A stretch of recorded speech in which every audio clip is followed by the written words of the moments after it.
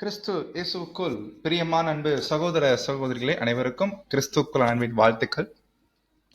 நம்ம பார்த்து வருகிற எலெக்ஷன் பற்றின காரியங்கள் பாகம் 2 நாம் இன்னைக்கு பார்க்க போறோம்.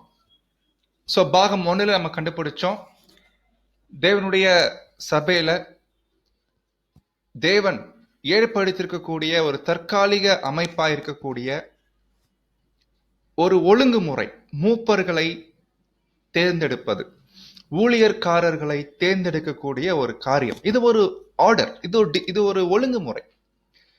இது எவ்வளவு ரொம்ப இம்பார்ட்டண்டா இருக்குது. ஏன்னா ஆதிகால சபையில இந்த மாதிரி விஷயத்த தேவன் சபையில அறிமுகப்படுத்திருக்கிறாங்க.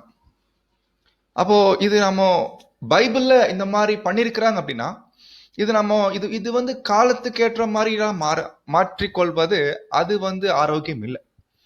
சபை பூமியில் இருக்கிற வரைக்குமே ஒழுங்குக்குட்பட்டு இருக்க வேண்டும். ஏனென்றால் நம்ம எல்லாம் மாம்சத்தில் இருக்கிறதுனால நமக்குள்ள ஆவிக்குரிய ஒற்றுமை வருவதற்காக நமக்குள்ள ஒரு ஒழுங்கு இருக்கும் போது, அதனால நமக்கு எல்லாருமே என்ன ஆகும்னா ஆவியில ஒற்றுமை அங்க ஆவதற்கு வாய்ப்பு கிடைக்கும். இல்லைன்னா மாம்சத்துல தான் நம்ம பார்க்குற மாதிரி இருக்கும். எனக்கு ஒரு கருத்து இருக்கும், உங்களுக்கு ஒரு கருத்து இருக்கும். ஸோ கருத்து மோதல்கள் வரும். ஸோ இதுக்கு பெஸ்ட் எதுனா, என் கருத்து வேணாம், உங்க கருத்து வேணாம். தேவனுடைய வார்த்தைகள் என்ன சொல்லுது? ஒழுங்கு என்ன, பொதுவான ஒழுங்கு என்ன, சபைக்கு இருக்கக்கூடிய ஒழுங்கு என்ன, அதை நானும் நீங்களும் கடைப்பிடிச்சோம்னா அங்க பிரச்சனைக்கு விஷயமே இல்லை. ஆனா அதே மாரி அநேக இடங்கள்ல பிரச்சனைகள் வருது, எக்லீஷியால பிரச்சனைகள் காணப்படுது. அப்படின்னா இத்தனைக்கும் பிரதர், எங்க எக்லீஷியல் எலெக்ஷன் நாங்க பண்ணிட்டு இருக்கிறோம், ஆனாலும் எங்க எக்லீஷியால பிரச்சனை இருக்கு அப்படின்னா நம்ம ஏற்படுத்தக்கூடிய ஒழுங்குல அது என்ன இருக்குன்னா சரிவர ஏற்படுத்தாமல் இருக்கிறோம் என்பதுதான் புரிஞ்சுக்க வேண்டும். ஒழுங்கு இருக்குது, ஆனா எப்படி இருக்குன்னா அது வெறும் ஃபார்மலிசமா இருக்கு. ஸோ அது எந்த அளவுக்கு ஒழுங்குகள் ஸ்ட்ரிக்டா நம்ம அங்க பார்க்க வேண்டுமோ பார்க்க வேண்டியிருக்கு. ஏன்னா பிரதர் சொல்லும் போது ஸ்டிஃப்னஸ் இருக்கக்கூடாதுன்ற, ஸ்டிஃப்னஸ்னா கழுத்தை பிடிக்கிற மாதிரி, அந்த மாதிரி ஒழுங்குகள் வந்து பைபிள்ல இல்லை. அதே போல ஃபார்மாலிசம் இல்லை. பட் நம்ம கொடுத்திருக்கக்கூடிய ஒழுங்குகளை ஸ்ட்ரிக்டா ஃபாலோ பண்ணாலே போதும். அதுதான் ரொம்ப இம்பார்ட்டன்ட். ஒரு சின்ன விஷயமா இருக்கட்டும், அது ஸ்ட்ரிக்டா ஃபாலோ பண்ணாலே அது ஆரோக்கியமா இருக்கும். அப்ப நம்ம ஒழுங்கு பண்றோம், ஆனா அது ஸ்ட்ரிக்டா ஃபாலோ பண்ணாம இருக்கிறதுனால தான் இன்னமும் என்ன ஆயிட்டு இருக்குன்னா சபைக்குள்ள அந்த பிரச்சனைகள் வருது. சரி, இதுக்கான என்ன சொல்யூஷன், என்ன பண்ணலாம்? இன்னைக்கு நம்ம என்ன பண்ண போறோம்னா இந்த ஒரு 2ஆம் பாகத்துல பார்க்க போறோம். Part 2, order and discipline. So ஞாபகம் நமக்கு நினைக்கிறோம், 2 கிரேக்க வார்த்தை போன கிளாஸ்ல பார்த்தோம், கெரட்டோனியா, கெதேஸ்டமி. இதுல கெரட்டோனியா வார்த்தை அப்போஸ்தலர் நடபடிகள் 14:23 படிக்கிறோம். ஈபியா டிரான்ஸ்லேஷன்ல, அதாவது ரோதர்கம் டிரான்ஸ்லேஷன்ல படிக்கும் போது இவ்விதமா படிக்கிறோம், moreover appointing the unto them by oath in each assembly. So மூப்பர்களை எப்படித்தான் அப்போஸ்தலனாகிய பவுலும் பர்னபாவும் ஒரு எக்லீசியாவுக்கு போயிட்டு எப்படிதான் ஏற்படுத்தியிருக்கிறாங்கன்னா பை ஓட். பட் யாருடைய ஓட் இல்லைங்களா? பை ஓட் சொல்லும்போது யாருடைய ஓட் பண்ணிருக்கிறாங்க? இப்போ பவுலும் பர்னபா ஓட் பண்ணியிருப்பாங்க, அவங்க ஓட் பண்ணியா சபையில மூப்பர்களை தேர்ந்தெடுத்திருப்பாங்க. அதுக்கு ஓட்டிங் அவசியம், 2 பேருக்கு ஓட்டிங் தேவை இல்லைங்களா? ஸோ இது எப்படி புரிஞ்சுக்கிறோம் அப்படின்னா, இவங்க போய் நடத்தி கொடுத்துருக்கிறாங்க எலெக்ஷன், மூப்பர்களை அவங்களுக்கு ஏற்படுத்தி கொடுத்துருக்கிறாங்க. பை ஓட் சொல்லும் போது சபையாருடைய விருப்பத்தின்படி, சபையாருடைய ஓட்படி தான் அங்க பண்ணிருக்கிறாங்க. மற்றபடி இவர்களா போயிட்டு ஒருத்தர் பேரை சொல்லி நீங்க பாத்துக்கோங்க சொல்றதும் அந்த மாதிரி ஒரு ஹியூமன் அப்பாயின்மெண்ட் நடக்கல. ஸோ இதுதான் நம்ம கண்டுபிடிக்கிறோம் கெரட்டோனியா. பட் இன்னைக்கு பார்க்க போற விஷயம் அடுத்த ஒரு கிரேக்க வார்த்தை கத்தேஸ்டமி. கத்தேஸ்டமி என்ற வார்த்தை ரொம்ப இம்பார்ட்டன்ட் வேர்டு. இன்னைக்கு நிறைய வேத மாணவர்கள் இந்த ஒரு வார்த்தையை தான் பிடிச்சுக்கிறாங்க. ஏன் பேர் சபை கூட பார்த்தீங்கன்னா இந்த வார்த்தையை தான் பிடிச்சிட்டு பண்ணிட்டு இருக்கிறாங்க. அதாவது ஹியூமன் அப்பாயின்மெண்ட், மனுஷர்கள் வந்து போயிட்டு அப்பாயிண்ட் பண்றது சில பேரை. இதுக்கு இந்த வார்த்தையை ரொம்ப ஸ்ட்ராங்கா பிடிச்சுக்கிறாங்க. இந்த வார்த்தை எங்க வருது நம்ம கண்டுபிடிக்கும் போது பாருங்க, இது ஒரு கிரீக் வேர்டு காத்தேஸ்டமி. இதோடைய அர்த்தம் என்னன்னா ஒருத்தரை ஒரு இடத்துல நியமிக்கிறது, ஒரு இடத்துல பிளேஸ் பண்றது, நீங்க பாத்துக்கோங்க, நீங்க கவனிச்சுக்கோங்க அப்படின்னு அந்த செய்யக்கூடிய காரியத்துக்கு பேர் தான் காத்தேஸ்டமி. இப்போ தீத்து 1ஆம் அதிகாரம் 5 படிக்கும் போது சொல்றாரு, என்ன சொல்றாருன்னா, நீ குறைவாய் இருக்கிறவைகளை ஒழுங்குபடுத்தும்படிக்கு நான் உனக்கு கட்டளையிட்டபடியே பட்டணங்கள் தோறும் மூப்பரை ஏற்படுத்தும்படிக்கு உன்னை கிரேத்தா தீவிலே விட்டு வந்தேன். அப்ப இங்க வரக்கூடிய கிரேக்க வார்த்தை ஏற்படுத்தும்படி என்ற வார்த்தை வருது இல்லைங்களா, காத்தேஸ்டமி. என்ன அர்த்தம்னா, இங்க தீத்து போயிட்டு என்ன பண்றாருன்னா, கிரேத்தா தேவில இருக்கக்கூடிய எக்லீஷியாஸ் மத்தியில மூப்பர்களை அப்பாயிண்ட் பண்ணிட்டு வந்திருக்காரு. இவரே போயிட்டு, இது கெரட்டோனியா மெத்தட் ஃபாலோ பண்ணல, கேத்தஸ்டமி. இவரே போயிட்டு ஒரு சில பேரை நிக்க வச்சு, இவர் தான் நீங்க இனிமேல் இவர் மூப்பரா இருப்பாரு அப்படின்னு ஏற்படுத்திட்டு வந்திருக்கிறார். நிறைய பேர் இந்த வசனத்தை ஆதாரமா எடுத்துட்டு பாத்தீங்களா, இங்க தீத்து தான் போயிட்டு எக்லீஷியால போயிட்டு ஒரு பிரதரை நிக்க வச்சு இவர் தான் மூப்பர்னு சொல்லிட்டு அந்த இடத்துல நியமிச்சுட்டு போயிட்டார். இன்னைக்கு நிறைய பேர் இந்த ஒரு வசனத்தை ஆதாரமா எடுத்துக்கிறான். ஆனா விஷயம் என்ன தெரியுங்களா, இது என்ன மாதிரி விஷயம்னா பாருங்க, சொல்றாரு நீ குறைவா இருக்கிறவைகளை ஒழுங்குபடுத்தும்படிக்கு. அப்போ ஃபர்ஸ்ட் பாயிண்ட், எக்லீஷியால ஒழுங்கு இருக்கும். அந்த ஒழுங்குக்கு என்பது கண்டிப்பா எக்லீஷியாவில் வழி நடத்துவதற்கு என்று ஒரு அரேஞ்ச்மெண்ட் தேவன் ஏற்பாடு பண்ணியிருக்கான். ஆனா இந்த கிரேத்தா தீவு சொல்லும் போது, இது கிரேத்தா தீவுல இருக்கிற ஜனங்களுக்காக இந்த ஒரு மெத்தட, காத்தேஸ்டமி என்ற மெத்தட பவுல் செய்ய சொன்னார். ஏன்னா பவுலுக்கு தெரியும் கெரட்டோனியா மெத்தட் தான் கரெக்ட். ஆனா காத்தேஸ்டமி மெத்தட் ஏன் பவுல் இங்க செய்ய சொன்னாரு? ரீசன் வசனம் 12 இருக்கு பாருங்க.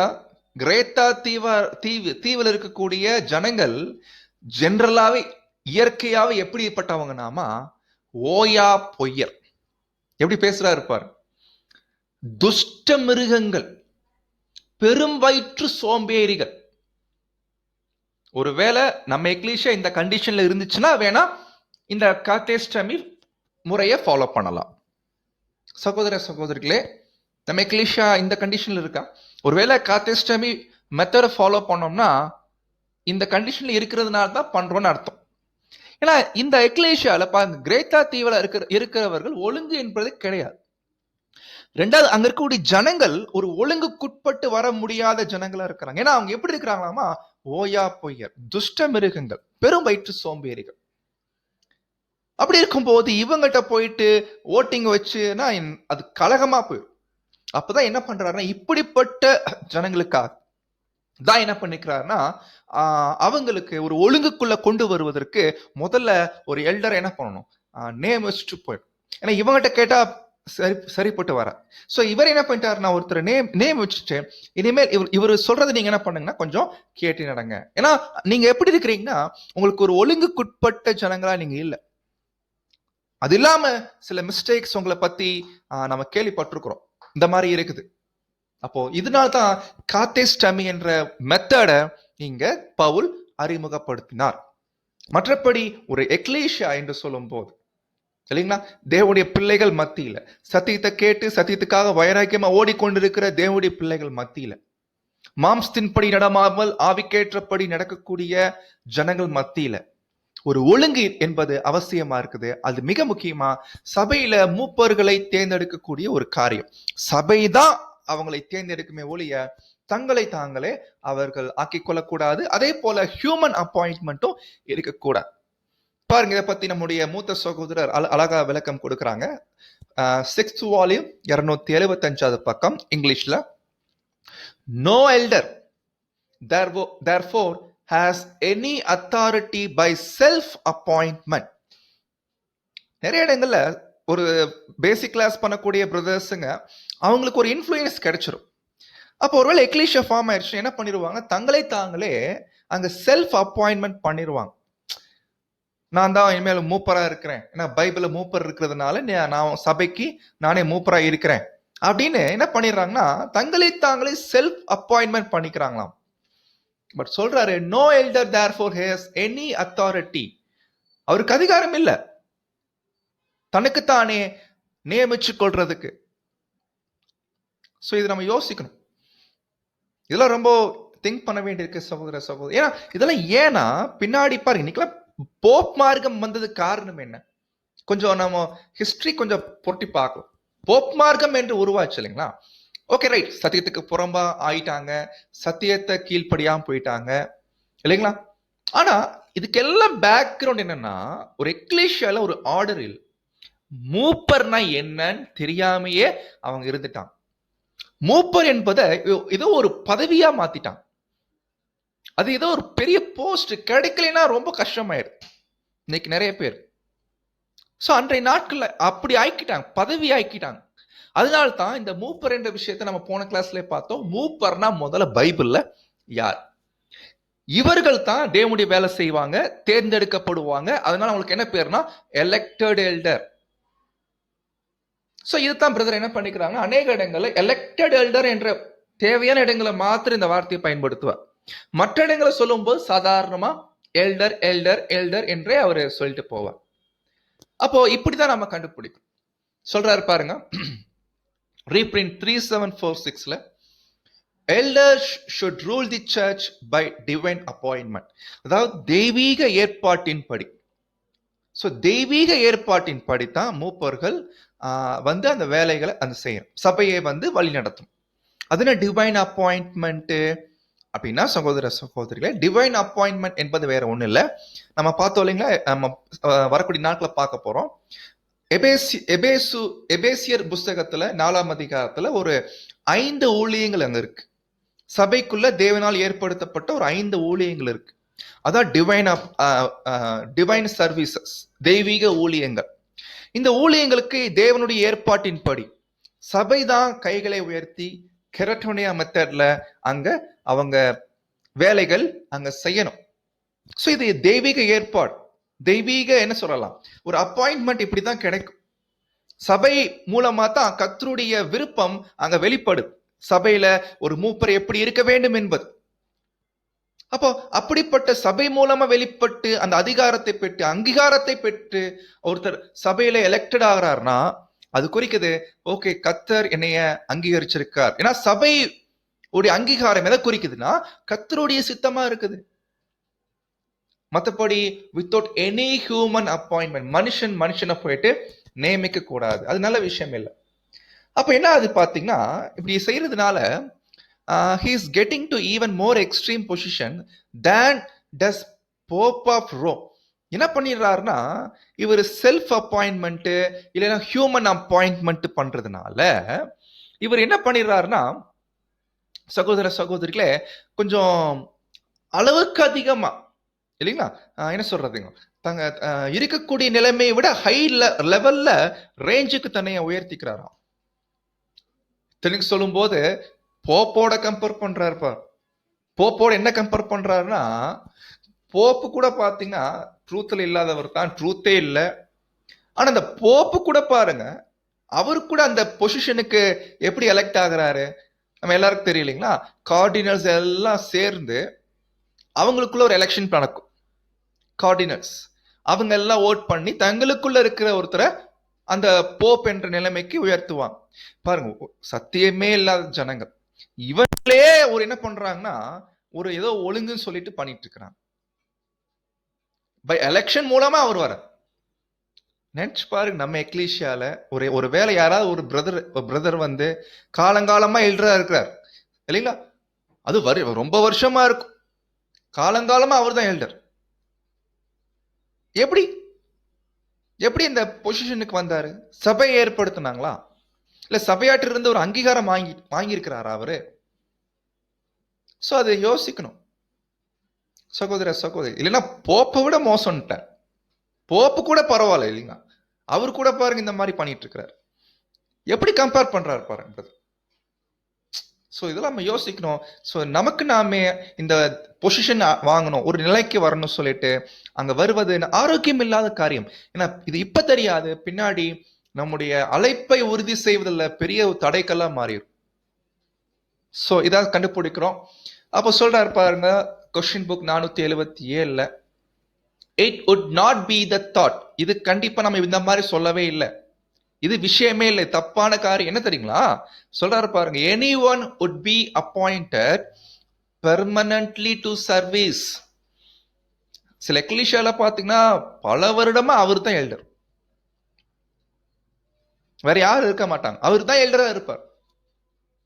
எப்படி இருப்பார்னா, ஏதோ சபையினால தேர்ந்தெடுக்கப்பட்ட எல்டர் மாதிரி பெர்மனண்டா அங்கே இருந்துருவார். ஸோ இது கூட ராங் மேட். ஸோ அப்போ பாருங்க, ஏன் வந்து எல்டர்ஸ் வந்து நம்ம ஒரு முறை எலெக்ஷன் வைக்கிறோம் தெரியுங்களா? காரணம் என்னன்னா, எல்டர்ஸ் உடைய எலெக்ஷன் நம்ம ஒரே டைம் பண்றது இல்ல. வருஷத்துக்கு ஒரு முறையோ 6 மாசத்துக்கு ஒரு முறையோ தேவைப்பட்டா 3 மாசத்துக்கு ஒரு முறையோ பண்ணலாம். ஏன்னா சில சில நேரங்கள்ல சில எல்டர்ஸ் தேர்ந்தெடுக்கும் படும் போது நல்லா இருப்பாங்க.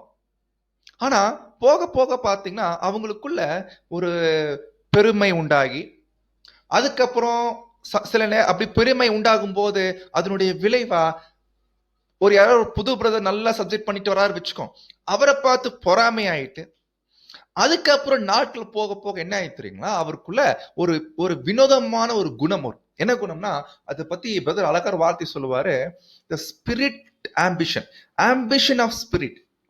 அப்படின்னா ஒரு விஷயத்த குறிக்கோளா வச்சுக்குவார், அது விட்டு கொடுக்க மாட்டார். அந்த மாதிரி உடன் மனநிலைக்கு வந்துருவார். ஆம்பிஷன், ஆம்பிஷன்னா புரியுதுங்களா, ஒரு விஷயத்த விடாப்பிடியா பிடிச்சுக்கிறது. அப்போ நான் ஒருவேளை என்ன ஆயிரும்னா, இந்த இடத்துக்கு நான் மட்டும் தான் இருக்கும், வேற யாரும் வந்துடக்கூடாது அப்படின்றத ரொம்ப கண்ணு கருத்துமா இருப்பேன். அப்ப பாருங்க என்ன ஆயிருது, ஓனாய் குணம் வெளிப்படும். ஸோ இதுக்கு பேர் தான் ஒரு ஓனாய் குணம். இதை பத்தி நம்ம வரக்கூடிய நாட்கள்ல இதை பத்தி நம்ம படிக்கலாம். எப்படி ஒருத்தருக்குள்ள ஓனாய் கேரக்டர் உள்ள இருக்கும், வெளியே ஆட்டுத்தோல் போத்திருப்பாரு, ஆனா ஓனாய் கேரக்டர் இருக்கும், அதை எப்படி பார்க்கலாம். அப்ப பாருங்க சொல்றாரு, பெர்மனன்ட்லி தங்களை என்ன பண்ணிடுவார்னா அப்பாயிண்டட் பண்ணிடுவான். இது கூட ராங் மெத்தட், இப்படி செய்யக்கூடாது. ஸோ இது சொல்றாரு சகோதர சகோதரிகளே. அடுத்து சொல்றாரு பாருங்க, கொஸ்டின் நம்பர் 471 பக்கத்துல, ஐ advice the elders and deacons. நம்ம சபையில் இருக்கக்கூடிய மூப்பர்களுக்கும் உதவிக்காரர்களுக்கும் ஆலோசனை கொடுக்கிறது என்னவென்றால், சொல்ற அழகான வார்த்தை, எக்லீஷியாவை ரன் பண்ணாதீங்க. எல்லாம் அழகான வார்த்தை இல்லைங்க. எக்லீஷியாவை, கிளாஸ் அப்படின்னா எக்லீஷியன் அர்த்தம். பிரதர் நாட்கள்ல எக்லீஷியாவுக்கு பதிலாக கிளாஸ்ன்னு யூஸ் பண்ணுவாங்க. ஸோ குழம்பிக்க வேணாம், கிளாஸ்னா எக்லீஷியா. அப்ப எக்லீஷியாவை ரன் பண்றதுன்னா என்ன? ரன் எப்படி பண்ணுவாங்க? ஒரு பாருங்க, ஒரு கம்பெனி ரன் பண்றது இல்லைங்களா, ஒரு ஸ்கூலை ரன் பண்றதுடைய அர்த்தம் என்னன்னா, இது ஏதோ கமாண்ட் பண்றது, கட்டளை போட்டு பண்றது. அது செய், இதை செய்யாத, அப்படி செய், இப்படி செய்யாத, இதுக்கு பேர் ரன் பண்றது. இது இந்த ஆங்கிள் பைபிள் பேசல. மாறாக, but to assist the class, சபைக்கு ஒரு உதவியாளராக இருங்க, அவங்களுடைய ஆவிக்குரிய விஷயங்களுக்கு உதவி செய்பவராக இருங்க. ரன் பண்ணாதீங்க. ரன் பண்றதுன்னா அப்படி செய், இப்படி செய். ஆனா அசிஸ்ட் பண்றது எப்படி உங்களுக்கு நான் செய்யணும், என்ன மாதிரி ஊழியம் செய்யணும் நீங்க சொல்லுங்க, அப்படி கேட்கறது தான் அந்த அசிஸ்ட் பண்றது. ஸோ இதுதான் ஒரு மூப்பர்களுக்கான அருமையான ஒரு அறிவுரைய அங்க பிரதர் கொடுக்கிறத நம்ம கண்டுபிடிக்கிறோம். சகோதர சகோதரிகளே, இந்த விஷயங்களை சபையில் இருக்கக்கூடிய ஒரு அங்கத்தினருமே யோசிக்க வேண்டியிருக்கு. கொஸ்டின் புக் 253 ஒரு பாயிண்ட் சொல்றாரு. என்ன சொல்றாங்கன்னா, பிரதர் பாத்தீங்கன்னா who had been elected elder who only come to meeting where he was to speak. என்னன்னா, ஒரு பிரதர் சபையில எல்டரா எலெக்ட் ஆகிருக்காரு. சபையார் அவரை மூப்பர் எல்டரா எலெக்ட் பண்ணிருக்கிறாங்க இல்லைங்களா. மூப்பர் ஆக்கிட்டாங்க சொல்லக்கூடாது, மூப்பராக தேர்ந்தெடுக்கப்பட்டிருக்கிறான் இல்லைங்களா. ஏன்னா போன கிளாஸ் தான் பார்த்தோம், மூப்பர் ஆக்குறது அது சபை கையில இல்லை, மூப்பர் யாரையும் ஆக்க முடியாது இல்லைங்களா. சோ மூப்பராக தேர்ந்தெடுக்கப்பட்டிருக்கிறான். சொல்றாரு, அவரு என்ன பண்ணுவார் தெரியுங்களா, எப்போ தான் சப்ஜெக்ட் பண்றாரோ அப்பதான் மீட்டிங் வருவாருங்களாம். நல்லா கவனிங்க, எப்போ தான் சப்ஜெக்ட் பண்ணுவாரோ அப்பதான் மீட்டிங் வருவார். மற்றபடி மற்றவங்க யாராவது சப்ஜெக்ட் பண்ணாங்கன்னா மீட்டிங் வர மாட்டாருங்களாம். எப்படி இருக்கு பாத்தீங்களா. ஆனா இதுக்காக நீங்க பாயிண்ட் தப்பா எடுத்துக்கூடாது. ஒருவேளை அந்த பிரதர் வேலை நிமித்தமாவோ இல்ல எங்கேயாவது மாட்டிக்கிட்டாரோ இல்ல உடல்நிலை முடியலைன்னா கூட காரணமா இருக்கலாம். ஆனா பர்பஸா வீட்டுல இருப்பார். தான் என்னைக்கு தான் சப்ஜெக்ட் வாய்ப்பு கொடுக்குறாங்களோ அப்பதான் எக்லீஷியா வருவாரு, பேசுவாரு, போவார். ஆனா மற்றவங்க யார கிளாஸ் பண்ணாங்கன்னா வீட்டுல உட்காந்து ஸ்டடி பண்ணிட்டு இருப்பார். என்ன காரணம்னா, இவருக்கு தான் பேசுறத மத்தவங்க கேட்கணும் ஆசை, ஆனா மத்தவங்க பேசுறத கேட்கறதுக்கு இவருக்கு விருப்பம் இல்லை. ஒருவேளை அப்படிப்பட்டவர் யாராவது இருந்தாங்கன்னா சொல்றாரு பாருங்க, if he not come to meeting except when he was going to speak, I would think would indicate he was not qualified for eldership. என்ன பாயிண்ட் பாத்தீங்களா. சத்தியத்துல நல்ல வளர்ச்சி இருக்குது, இல்லைங்களா? சத்தியத்துல நல்ல வளர்ச்சி இருக்குது, நல்ல கிறிஸ்துவின் சாயல நல்லா வளர்ந்துட்டு இருக்கிறாரு, நல்ல நாலேஜ் இருக்குது. ஆனா எக்லீஷியாக்கு வர்றாரு, எப்ப வர்றாருன்னா தான் எப்போ சப்ஜெக்ட் கொடுக்க வர்றாரோ அப்பதான் வர்றாரு. மற்ற நேரங்களில் மத்தவங்க யாராவது சப்ஜெக்ட் பண்ண வந்தாங்கன்னா இவர் வரதில்லை, கேட்கறது இல்லை, வீட்டிலே இருந்துக்கிறார். வரதுக்கு வாய்ப்பு இருந்து வரதில்லை. இப்ப பாத்தீங்களா? அப்போ ஒருத்தர் மூப்பரா இருக்கிறதுக்கு தாழ்மை ரொம்ப முக்கியமா இருக்குது. சில நேரங்களில் மூப்பரா இருந்தாலும் பெருமை என்ற விஷயம் கூட வரதுக்கு வாய்ப்பு இருக்கு. ஏன்னா மூப்பர் ஆகுறது என்பது ஒரு பிரதர் வந்து மூப்பர் ஆயிட்டாருன்னா ஓகே நான் வந்தாச்சு அப்படின்னு நினைச்சு கூடாதுங்க. அங்கதான் டேஞ்சர் நிறைய இருக்குது. ஏன்னா பெருமையில விழுவதற்கு வாய்ப்பு இருக்குதுங்க. மூப்பரா இருக்கிறவங்களுக்கு தான் பெருமையில விழுவதற்கான டேஞ்சர் அதிகமா இருக்குது. அதனால ஒருத்தர் மூப்பர் ஆயிட்டாருன்னா அவருக்குள்ள எந்த ஒரு கெட்ட குணங்கள் வராது என்று சொல்ல முடியாது. என்ன சொல்லும்னா ஒரு மூப்பரா இருக்கிறாங்க பாத்தீங்களா, சபையில் ஆவிக்குரிய வளர்ச்சியில வளர்ந்தவங்களா இருப்பாங்க பாத்தீங்களா, அவங்களுக்கு தான் டெஸ்டிங் பயங்கரமா போகும். பாருங்க மோசே எவ்வளோ அருமையான ஒரு நபர். பழைய ஏற்பாட்டுக்காக ஒரு கட்டத்துல ஒரு வார்த்தை சொல்லிட்டாரு பாத்தீங்க, நான் உங்களுக்கு தண்ணி தரணுமா, நான் என்ற வார்த்தையை அவர் பயன்படுத்திட்டார். ஸோ இது வந்துடும் அன்பானவர்களே. அதான் சொல்றாரு ரொம்ப ஜாக்கிரதையா இருக்கணும். அப்போ இந்த மாதிரி இருக்கிற ஜனங்களுக்கு அவங்க வந்து ஓகே சத்தியத்துல அறிவு இருக்குது, நல்ல நாலேஜ் இருக்குது, நல்லா சப்ஜெக்ட் பண்றாரு, இருக்கட்டும். ஆனா நான் பண்ணா எல்லாரும் வந்து கேளுங்க, நான் வருவேன். நீங்க பண்றதா இருந்தா நான் வர மாட்டேன் அப்படின்ற ஒரு மைண்ட் இருந்துச்சுன்னா இல்ல அதான் சொல்றாரு இருப்பார். ஏன்னா அவருக்கு வந்து பேசுறத விருப்பமே ஒழிய கேட்கறதுக்கு விருப்பம் இல்லைங்களா? ஏன்னா அருமையா சொல்றாரு இருப்பார். சோ இவர் இப்படிப்பட்ட ஒருத்தர் இருந்தார்னா ஈவன் அவர் மூப்பராவே இருந்தார், அவரு இந்த வேலை செய்வதற்கு தகுதி அல்ல. He was not qualified for eldership. So இந்த பாயிண்ட்டை நம்ம யோசிக்கணும். இப்போ மூப்பர்களுக்கான சில எச்சரிப்பு பிரதருடைய வார்த்தைகள் இருந்து கண்டுபிடிக்கலாம். இந்த மூப்பர்கள் யாருன்னா எலெக்டட் எல்டர்ஸ், தேர்ந்தெடுக்கப்பட்ட மூப்பர்களுக்கான ஒரு சில எச்சரிப்பு பிரதர் கொடுக்குறாங்க. இது வந்து ஒரே ஒரு சுருக்கம் தான் பார்க்க போறோம். இன்னும் நிறைய விஷயங்களை வரக்கூடிய நாட்களை பார்க்கலாம். பாருங்க, இன்னைக்கு சபையை வழிநடத்துற விஷயத்துல மூப்பர்கள் எப்படி நடத்தணும், எப்படி நடத்தக்கூடாது என்பதற்கு ஒரு நல்ல ஒரு அருமையான ஒரு எச்சரிப்பை அவருடைய எழுத்துக்கள் இருந்து பார்க்கலாம். கொஸ்டின் புக் 233 சொல்றாரு, I think it would B injurious if the elders were come together in the sense of determining and proposing to run the church. என்னன்னா இது ரொம்ப எக்லீஷியால பெரிய பாதிப்பு ஏற்படுத்தும். என்னன்னா மூப்பர்கள் வந்து ஒன்னா கூடி சபையுடைய நலனுக்காக நல்ல விஷயத்துக்காக ஒண்ணு கூடி வராங்க. ஆனா வந்து என்ன பண்றாங்களாமா, வருவது ஒரு மூப்பர்கள் இன்னைக்கெல்லாம் எல்டர்ஸ் மீட்டிங் சொல்றோம் பாத்தீங்களா, எல்டர்ஸ் மீட்டிங் இது நடக்குது பாத்தீங்களா. எல்டர்ஸ் மீட்டிங் நடக்கும் போது அங்க வந்து டிட்டர்மினிங்னா முடிவெடுப்பதற்கு வரக்கூடாது. அப்படின்னா என்ன சொல்லலாம்னா, இங்க முடிவெடுத்துட்டு போய் சபைகிட்ட சொல்றது அது தப்புன்ற. மாறாக சபை கிட்ட கேட்டு சபை கிட்ட இந்த முடிவு வாங்கிட்டு இங்க வந்து எல்டர்ஸ்குள்ள டிஸ்கஷன் பண்ணி அங்க கிளியர் பண்ணணும். இதுதான் மெத்தடு.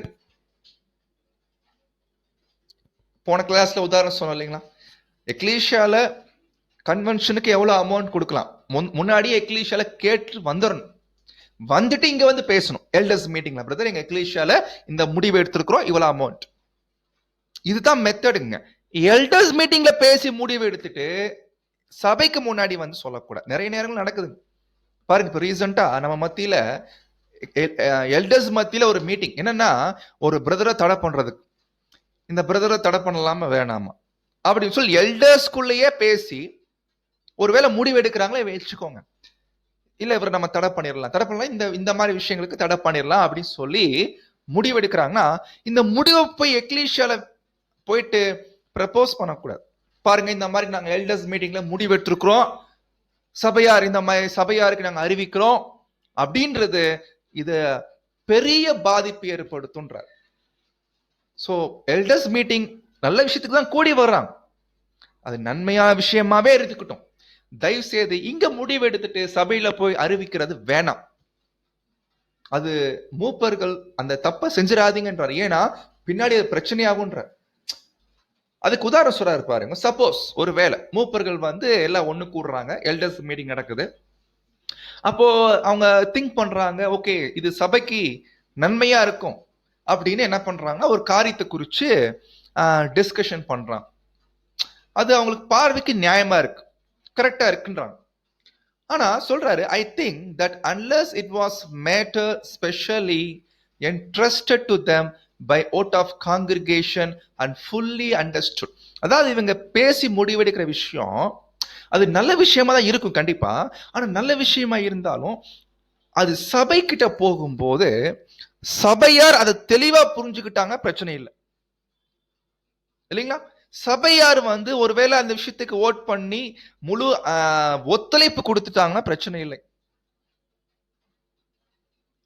ஆனா நீங்க நல்ல விஷயம் தான் பண்ணிருக்கிறீங்க, ஒருவேளை அங்க போகும்போது சபை கிட்ட போகும்போது அதை அவங்க மிஸ் அண்டர்ஸ்டுட் பண்ணிட்டாங்கன்னா இல்ல தவறாவே புரிஞ்சுக்கிட்டாங்கன்னா அப்போ என்ன ஆகும் தெரியுங்களா?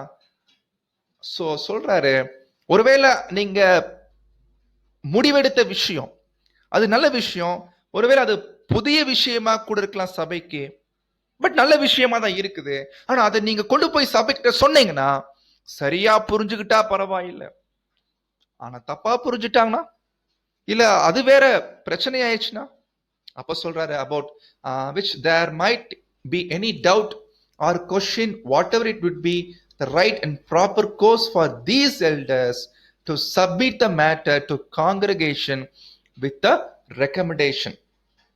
அப்ப சொல்றாரு, ஒரு நல்ல விஷயமா நீங்க முடிவு எடுக்கிறீங்க, அதை போயிட்டு சபையிட்ட போய் இந்த மாதிரி நாங்க முடிவு எடுத்திருக்கிறோம் சொல்லாதீங்க. நீ நல்ல விஷயமாவே இருந்தாலும் ரொம்ப ஞானமா சொல்லுங்கன்ற.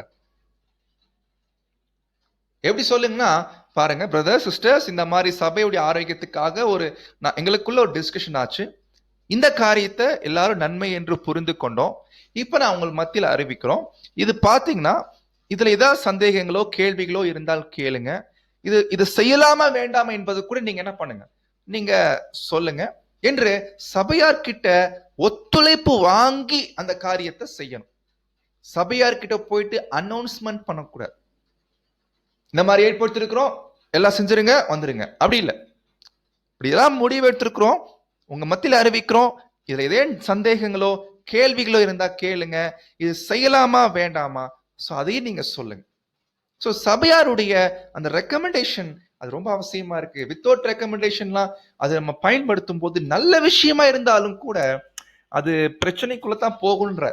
ஏன்னா சொல்றாரு பாருங்க, அப்போ எப்ப சொல்றாரு, நம்ம ஒரு காரியத்தை குறிச்சு சபையோடைய நன்மைக்காக in considering interest of the congregation have such a thought in mind, ஒரு காரியத்தை குறித்து நாங்கள் நினைச்சிருக்கிறோம், இதை உங்கள் மத்தியில் நம்ம அறிவிக்கிறோம், இதுக்கு உங்களுக்கு ஒத்துழைப்பு கொடுங்க, பை ஓட், உங்க ஓட் பண்ணுங்க, ஒருவேளை இது பண்ணலாமா வேண்டாமா என்று சபை கிட்ட தெரிவிச்சு ஓட் வாங்கித்தான் செய்யணுமே ஒழிய அங்க முடிவு பண்ணக்கூடாது. ஒருவேளை கன்வென்ஷனுக்காக எல்டர்ஸ் மீட்டிங் போடுறாங்கன்னா இவ்வளவு பட்ஜெட் ஆகுதுன்னா இந்த பட்ஜெட்ல போய் சபையிட்ட அறிவிக்கணும், பாருங்க சகோதர சகோதரி இவ்வளவு பட்ஜெட் ஆகுது, இது சொல்லுங்க கன்வென்ஷன் பண்ணலாமா வேண்டாமா, அப்படி பண்ற மாதிரி இருந்துச்சுன்னா நம்முடைய பங்களிப்பு எவ்வளவு கொடுக்கலாம் என்று எல்லாமே சபை கிட்ட கேட்டு ஓட் வாங்கி பண்ணும்போது அதுதான் சொல்றது, that is the safe plan, இது பாதுகாப்பான திட்டம்.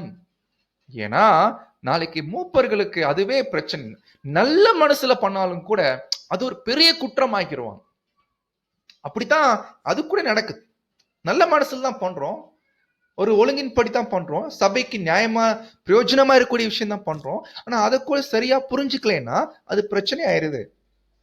அதனால பாதுகாப்பான திட்டம் என்னன்னா இப்படி நீங்க பண்ணிட்டீங்கன்னா ரொம்ப ஆரோக்கியமா இருக்குன்னு சொல்லிட்டு மூப்பர்களுக்கு நல்ல ஒரு அருமையான ஒரு ஆலோசனைய பிரதர் கொடுக்கிறான். ஓகே சகோதர சகோதரர்களே, இந்த பாயிண்ட் நம்ம பார்த்ததுக்கு அப்புறம் இப்ப அடுத்த ஒரு இம்பார்ட்டன்ட் பாயிண்ட் பார்த்துடலாம். எக்லீஷியால ஓட்டிங் வந்தாலே கண்டிப்பா இருக்கிற ஒரு பிரச்சனை என்னன்னா பெர்சன்டேஜ். ஏன்னா ஓட்டிங் எல்லாரும் ஏகமானதோட ஓட்டிங் பாயிண்ட் ஆகினா பிரச்சனை இல்லை, ஆனா ஓட்டிங்ல கண்டிப்பா ரெண்டு விஷயம் இருக்குது, மெஜாரிட்டி இருக்குது, மைனாரிட்டி இருக்கு இல்லைங்களா? இப்ப மெஜாரிட்டி ஒருவேளை ஓட்டிங்ல வருதுன்னா இப்ப மைனாரிட்டி என்ன பண்ணணும் இல்லைங்களா? அப்ப எவ்வளவு பெர்சன்டேஜ் பார்க்கணும், எவ்வளவு பெர்சன்டேஜ் இருந்தா மெஜாரிட்டி வைக்கணும். ஏன்னா இது ரொம்ப சீரியஸான விஷயம். அப்போ கண்டுபிடிக்கிறோம், இந்த பெர்சன்டேஜ் ஆஃப் ஓட்டிங் பத்தி சொல்லும் போது சகோதர சகோதரிகளே, இதை பத்தி நம்ம கண்டுபிடிக்கும் போது பிரதர் ரொம்ப கிளியரா சொல்றாங்க. Reprint number 5921. ஒரு எக்லீஷியால ஓட்டிங் எலெக்ஷன் நடக்குதுன்னா, எலெக்ஷனா ஓட்டிங், அதுல பங்கு பெறக்கூடிய ஒரு சகோதரனுக்கும் சகோதரிக்கும் முழு உரிமை இருக்குது.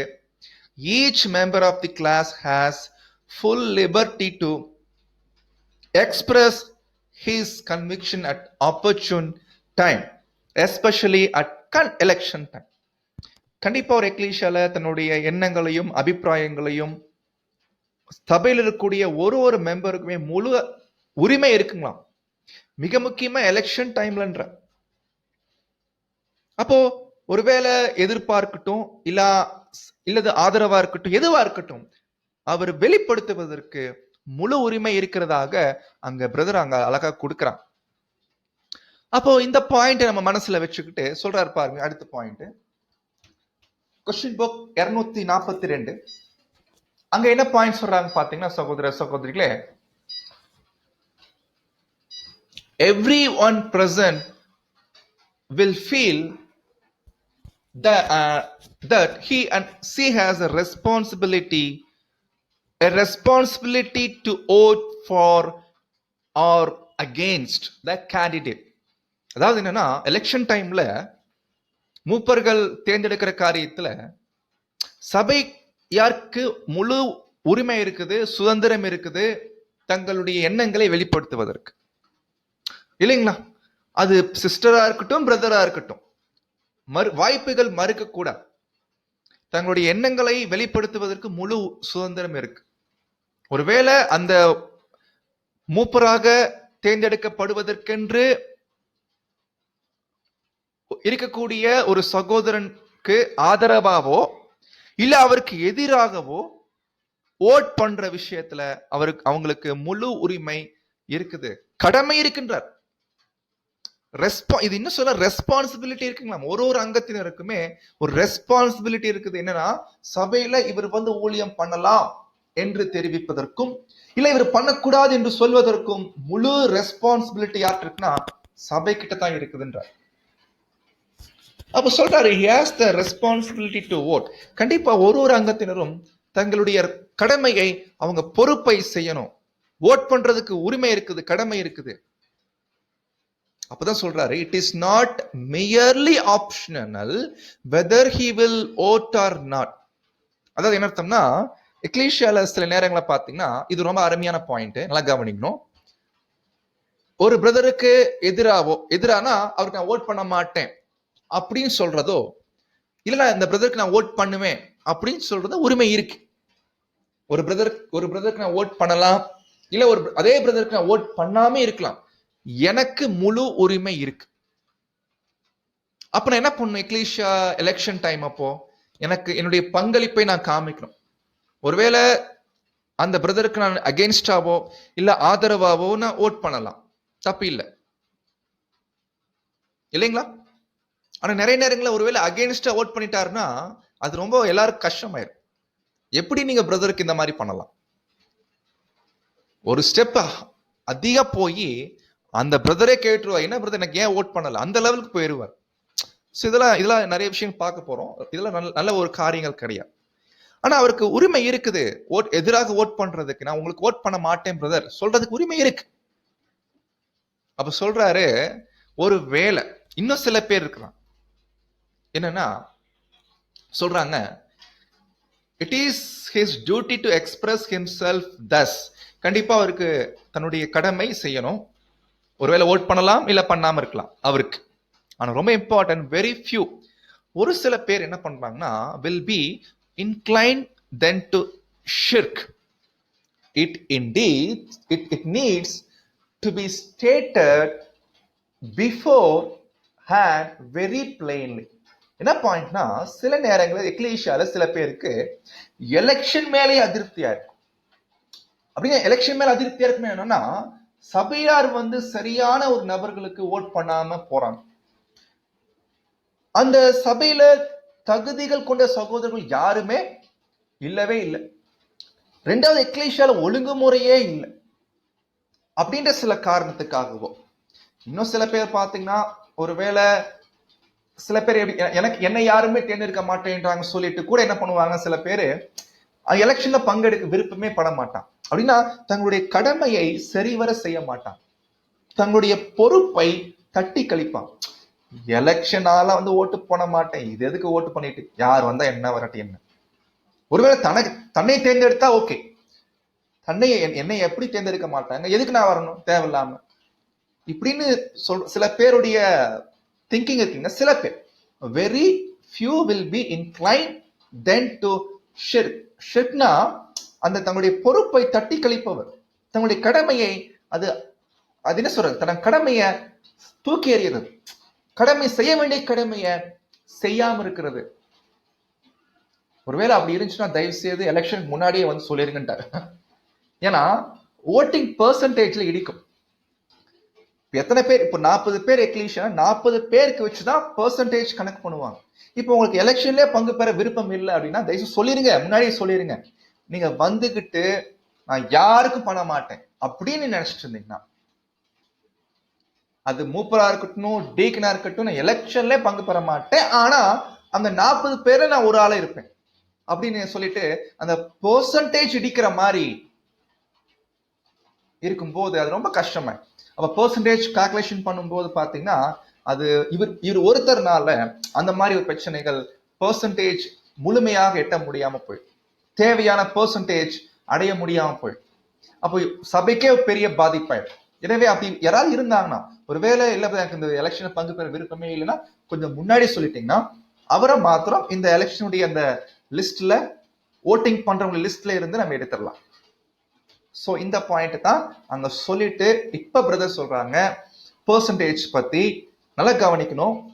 கொஸ்டின் புக் 255 சொல்றாங்க, நிறைய இடங்களை பேசுறாங்க, பட் இதை நம்ம எடுத்திருக்கிறோம்.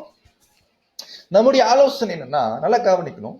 ஒரு எக்லீஷியால எலெக்ஷன் நடக்குது அப்படின்னா அந்த எலெக்ஷன்ல மூப்பர்களை தேர்ந்தெடுக்கிற விஷயத்துல மூப்பர்கள் தேர்ந்தெடுக்கப்படுறாங்கன்னா அவங்க எப்படி தேர்ந்தெடுக்கப்படணும்னா அனானிமஸா தேர்ந்தெடுக்கப்படணும்.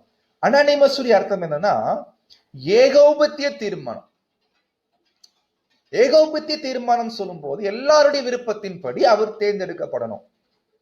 இன்னும் வேற மாதிரி சொல்லுன்னா 100% ஒத்துழைப்போட ஒரு மூப்பர் தேர்ந்தெடுக்கப்பட்டார்னா அவர் உற்சாகமா வேலை செய்வார் இல்லைங்களா, எவ்வளவு தூரம் வேலை செய்யணுமோ வேலை செய்யும். ஆனா நிறைய இடங்கள் அப்படி வரது இல்லை, அனானிமஸ் ஓட் வரது இல்லை, 100% ஓட் வரது ரொம்ப சிரமமான விஷயம் தான்.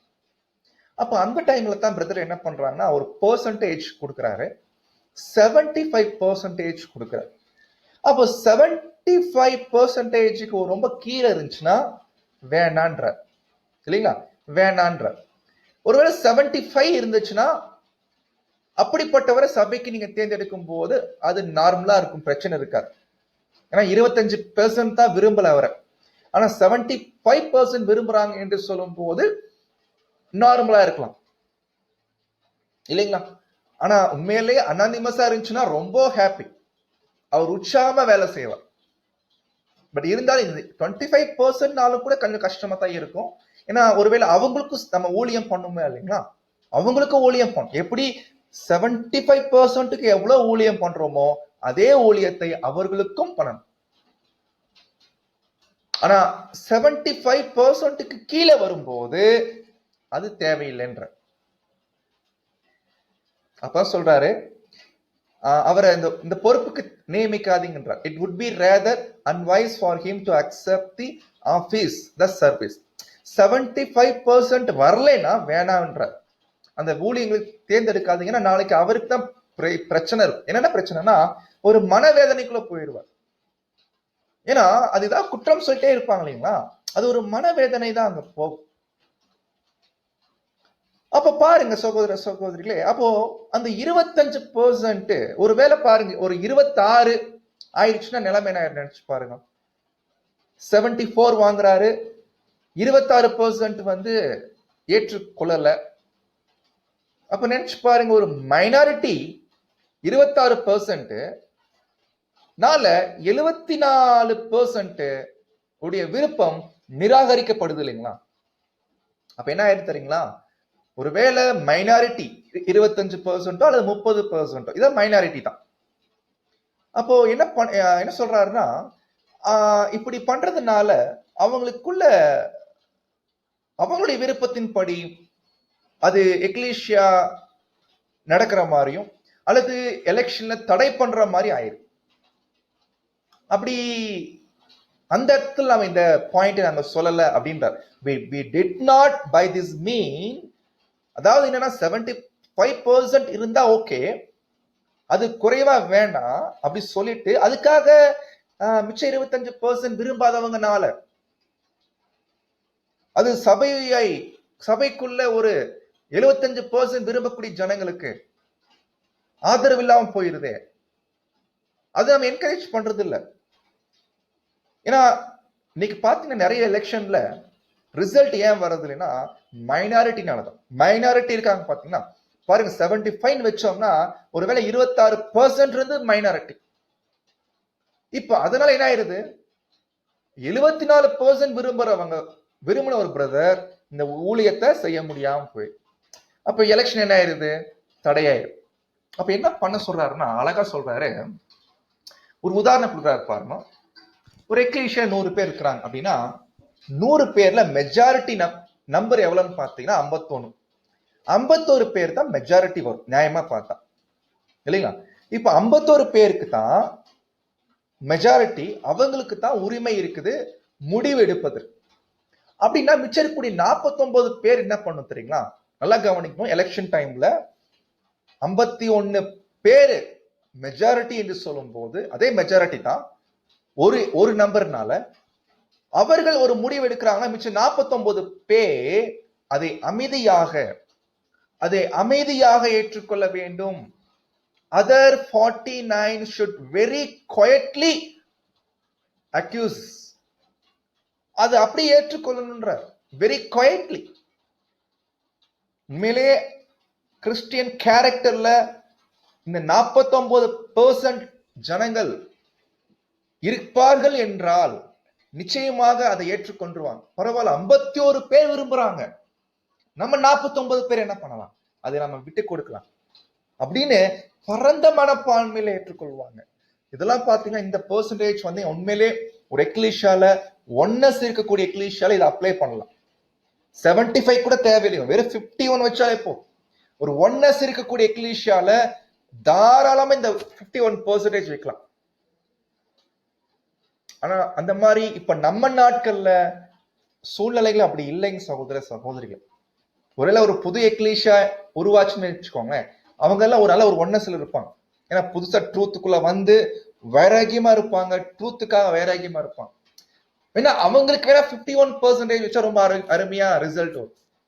ஆனா எக்லீஷியா ஆகி ரொம்ப வருஷம் ஆனதுக்கு அப்புறம் போயிட்டு இருக்கும் போது 51% வைக்கும் போது 49% அமைதியா ஏற்றுக்கொள்ளக்கூடிய மனப்பான்மை இல்லாம போயிருக்கு. அது உண்மையிலே வருத்தமான காரியம் தான், இல்லைங்களா? நியாயமா இந்த மைனாரிட்டி என்ன பண்ணும், 49% இருந்தாலும் என்ன பண்ணணும்னா, சரி பரவாயில்ல இவ்வளவு பேர் விரும்புறாங்களே, அதுக்கு நம்ம என்ன பண்ணலாம், இடம் கொடுக்கலாம், அப்படிதான் செய்யணும். சப்போர்ட் பண்ணலாம், அந்த மெஜாரிட்டியை சப்போர்ட் பண்ணலாம். சோ இந்த மனப்பான்மை இருக்கணுங்களா? ஆனா அது ரொம்ப கஷ்டமாயிருக்கு. அதே போலதான் 75% சொல்லும் போது 25% பேர் என்ன பண்ணுமாமா, அவங்க சப்போர்ட் பண்ணும். 75% விரும்புறாங்க, சரி நம்ம 25% என்ன பண்ணிக்கலாம், நம்மளும் ஆதரவா ஓட் பண்ணிடலாம், ஏற்றுக்கொள்ளலாம்.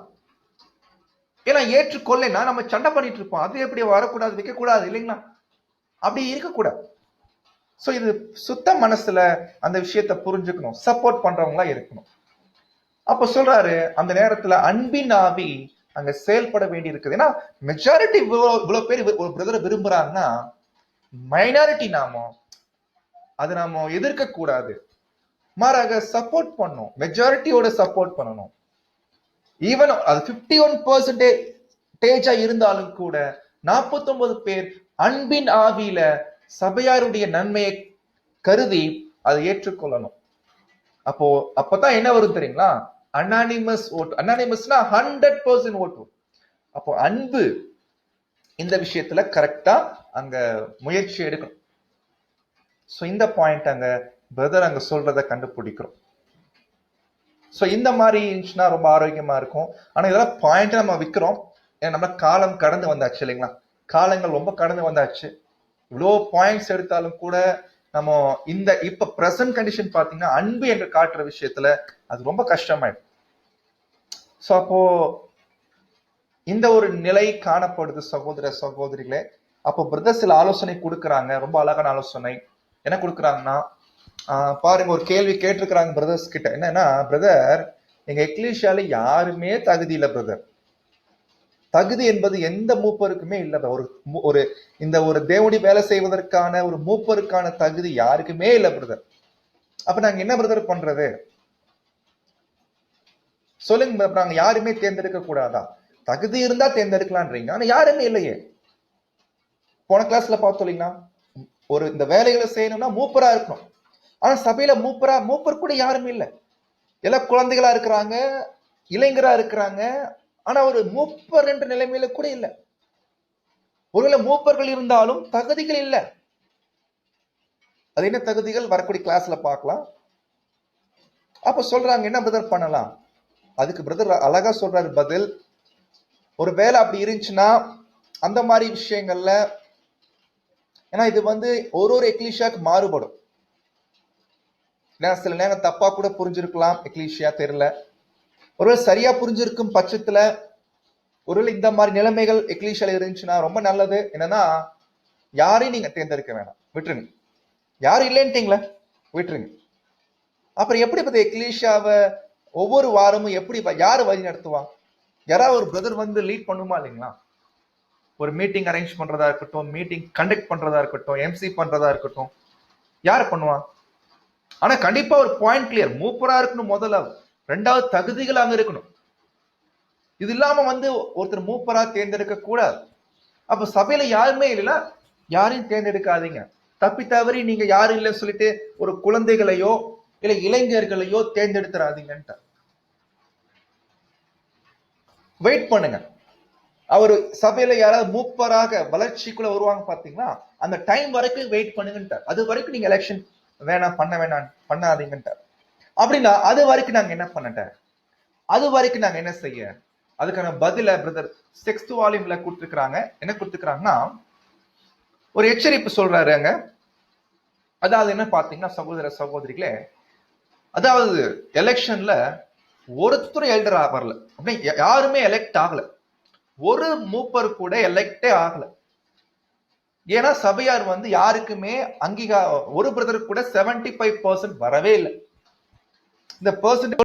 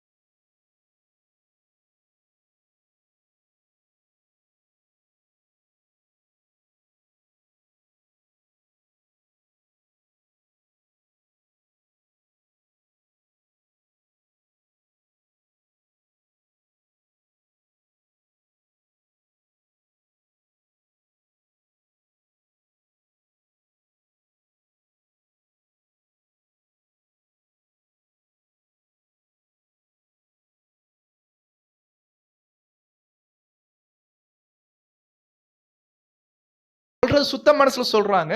ஆனா எப்படி உண்டாக்கிறாங்கன்னா அந்த பிரதரை எக்ஸால்ட் பண்ணிடுறாங்க. அப்படி சொல்லும் போது என்ன ஆயிடுதுன்னா அந்த பிரதருக்கு தன்னை உயர்த்திறாரு இல்லைங்களா? அந்த பிரதர் தன்னைத்தானே என்ன பண்ணிக்கிறாரு, தன்னை உயர்த்திக்கிறாரு. உயர்த்தும் போது என்ன போக போக என்ன சொல்லிடுவார் தெரியுங்களா?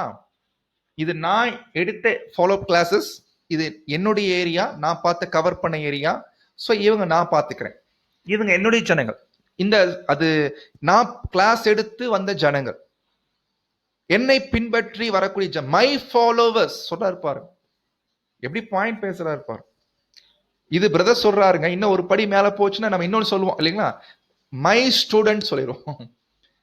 இவர் என்னுடைய ஸ்டூடெண்ட்ஸ், இவங்க என்னுடைய ஸ்டூடெண்ட்ஸ் அப்படின்ற லெவலுக்கு கூட நம்ம பேசுறோம் இல்லைங்களா? மை சர்ச், இவங்க என்னுடைய சபை, நான் கிளாஸ் எடுத்து வந்தவங்க. மை ஃபாலோவர்ஸ் எக்ஸெட்ரா எக்ஸெட்ரா நம்ம போட்டுக்கலாம் தாராளமா. மை ஸ்டூடெண்ட்ஸ் சொல்லலாம். சோ இது என்ன விஷயம்? ரொம்ப மோசம் இல்லைங்களா?